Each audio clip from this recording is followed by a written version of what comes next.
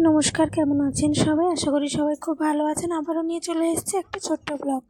তো বাবার বাড়িতে আসতে অনেকটাই সন্ধে হয়ে গেছিলো। তো পরের দিন সকালবেলা এই যে বোন কলেজ যাবে, বেরোচ্ছে। আর এই যে আমার ছেলে বসে এখানে দেখছে। অনেকদিন পর বাবার বাড়িতে এসেছি, প্রায় 1-1.5 বছর। অবশ্য আমি আসার পরে দু বোন দেখা করতে এসেছিল। পুজোর সময় যাওয়ার ইচ্ছে ছিল, আর আমরা যেদিন আসি তার 4-5 দিন পরেই কিন্তু ছিল বাসন্তী পুজো। কারণের জন্য আসতে পারিনি বাবার বাড়িতে এলে সবার সঙ্গে দেখা হতো, কারণ পুজোর সময় তো সবাই আসে, পিসিমণি, তারপর কাকুর মেয়েরা যাদের বিয়ে দিয়ে দিয়েছে তারাও আসে। অনেকদিন পরে সবার সঙ্গে দেখা হয়, ভালোও লাগে খুব।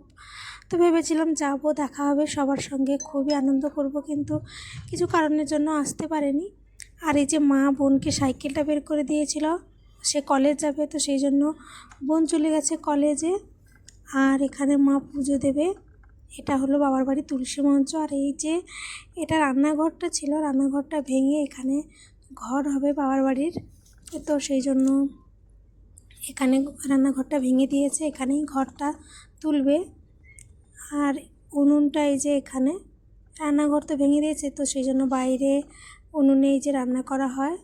আর মা এখানে পুজো দিচ্ছে, তুলসী মঞ্চটা এই যে ঠাকুরকে ফুল দিচ্ছে সকালবেলা। আর এটা হলো বাবার বাড়ির বাইরে। আর এই যে পুকুরে বাপি মনকে স্নান করাচ্ছে। আর বাপি আমাদের সবাইকে সাঁতার কাটা শিখিয়েছে। আমাদের 4 ভাই বোন এবং কাকুর মেয়ে, পাশের বাড়ি আমাদের বাড়ির পাশে কাকুর মেয়েদেরকে, মানে প্রায় সব বাচ্চাকে বাপি সাঁতার কাটা শিখিয়েছে। আর আমার ছেলেকেও শেখাচ্ছে সাঁতার কাটা। তো কেমন লাগলো ভিডিওটি অবশ্যই সবাই কমেন্টে জানাবেন। এখানেই শেষ করছি ভিডিওটি। সবাই ভালো থাকবেন, সুস্থ থাকবেন।